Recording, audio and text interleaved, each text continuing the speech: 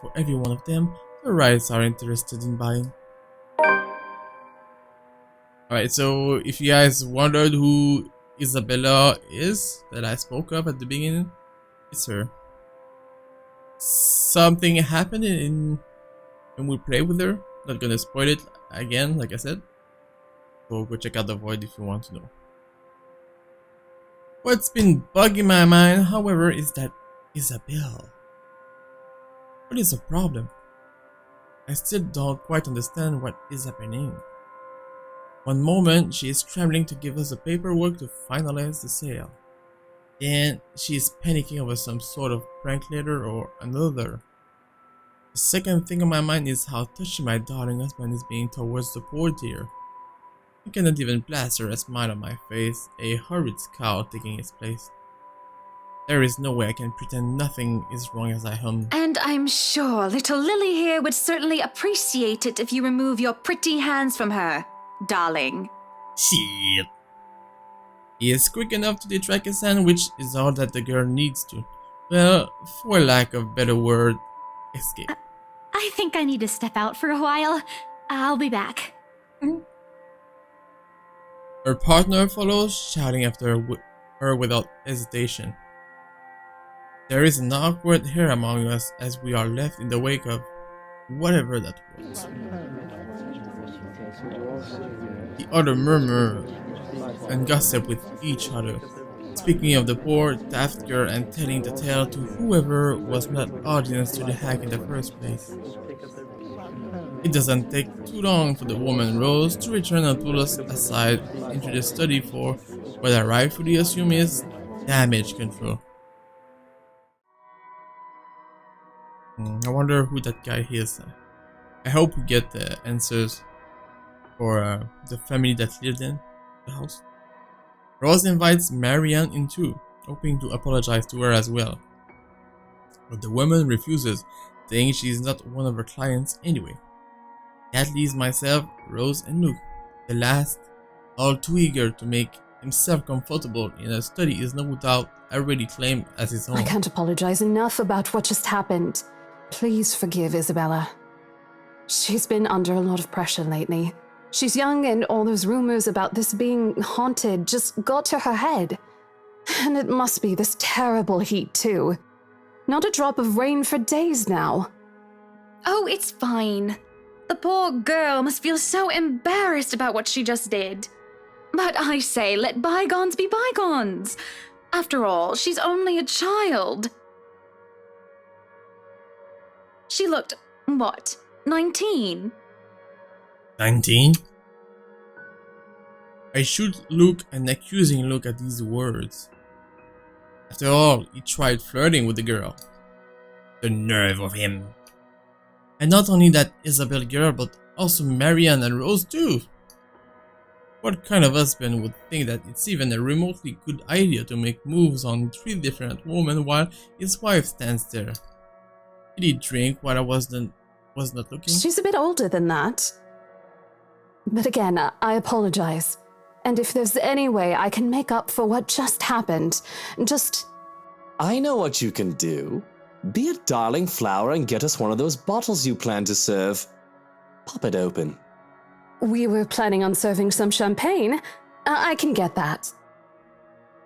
That sneaky dirtbag. That would be lovely. Much obliged. Do you want a glass as well, Ms. Wright? Probably Oh not. no, I'm fine. I really shouldn't be drinking right now. And Luke should not be either. But right now, I am just too tired for any sort of argument. I don't have the heart to scold him in public as well. I'm certainly not his mother.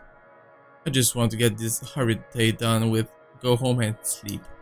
Perhaps I'd even have a strong cuppa before I head up to bed. That sounds nice. When Rose comes back, the champagne, I beckon her over. As I have told her partner before, I have every intent of acquiring this house. I might as well, even if I am having second thoughts about getting it for Luke. The moment we, the right, had expressed interest in this place, we have had eyes set on us. If we don't buy it, that might as well be the signal to have busybodies gossip about how we may or may not have lost a fortune. Regardless of the fact that this is false, image is everything when dealing with these people. These are the unspoken rules for people such as ourselves. And besides, I really did like the place. Why, everything here is absolutely wonderful. What? Why is that painting there? What the hell? Well, except for that ugly painting in the study. That feeling I got when I saw the picture. Anyway. It looks like a bad fake of Edvard Munch painting. Here's the deal. I'm willing to pay 10% higher than your listing price. That's creepy. If anyone tries to outbid us, just add another 5%. I doubt anyone can, of course. Or, you know what? Just add 15% to the listing price and we can sign all the paperwork now. 50%? I guess, if that's what you want. That won't be any trouble. Why do they want the house so much though? That's super strange. I don't have all the papers now. Didn't think this would be a quick sell. I'll have copies sent to you so you can look over them.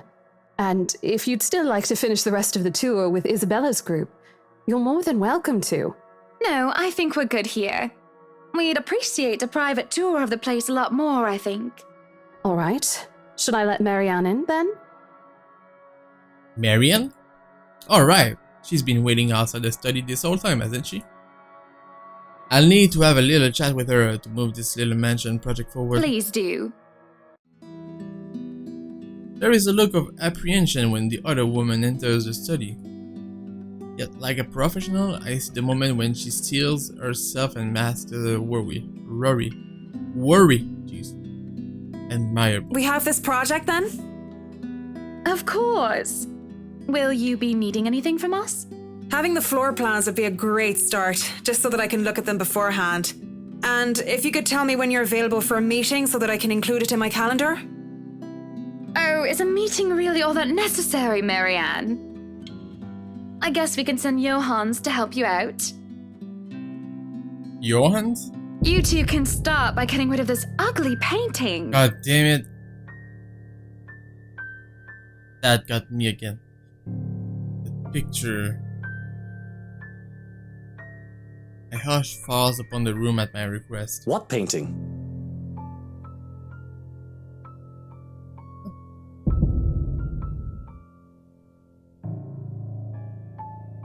What?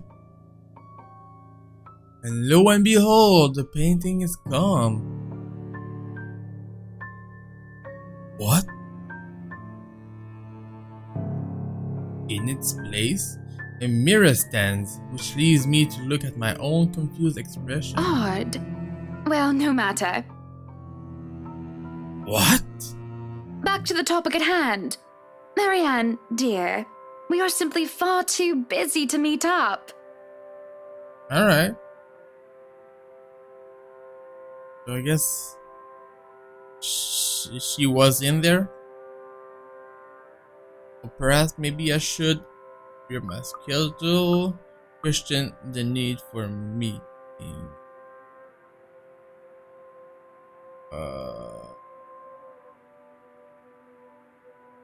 Yeah, let's free up our schedule. But I guess we can free up a day to meet with you. I don't really need another Maudlin Monday reading about Maury anyway. The book club can function without me for one day. What time shall we be seeing each other? How does lunch sound? Besides, my house has a higher priority over book club.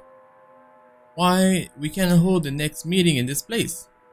Surely the beauty and grandeur of it all will inspire spirited and lively debates about whether the modern day writers could match up to the classics. I might as well clear up the rest of my week to handle whatever affairs buying this mansion requires of me. And not that much, but you can free up a day. Any social activity can be put off until the Emerald, or rather, the right mansion's great debut. I have my fill of great parties and gatherings, especially when I organize them myself. That sounds good. Although, with a project of this scope, we might need most of the day to tackle your concerns. A more thorough inspection of the place is also preferable. Breakfast then! It's a date. It's really not.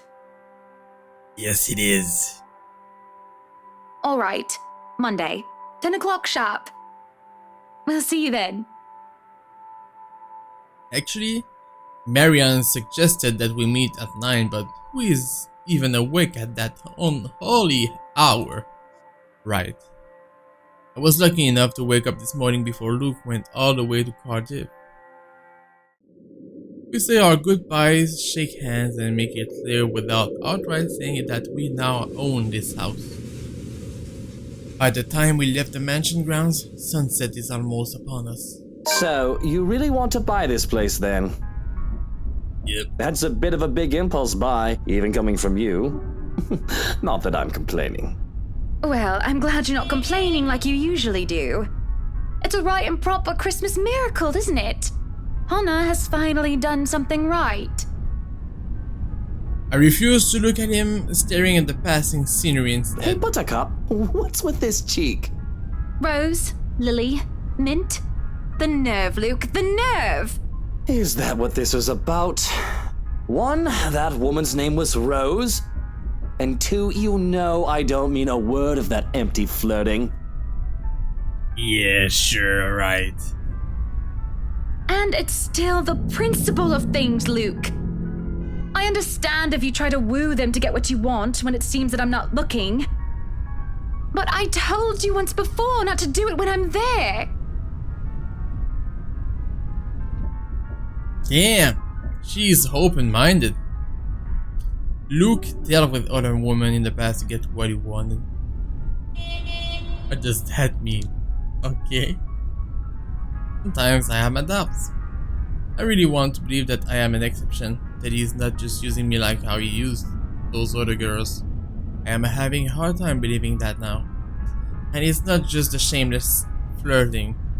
There's something about that Marianne woman, as if Luke is familiar with her. Oh, that's new. As much as it shames me, it makes me jealous. Makes jealousy rear its ugly head. I am suffice to say, ticked off. Really?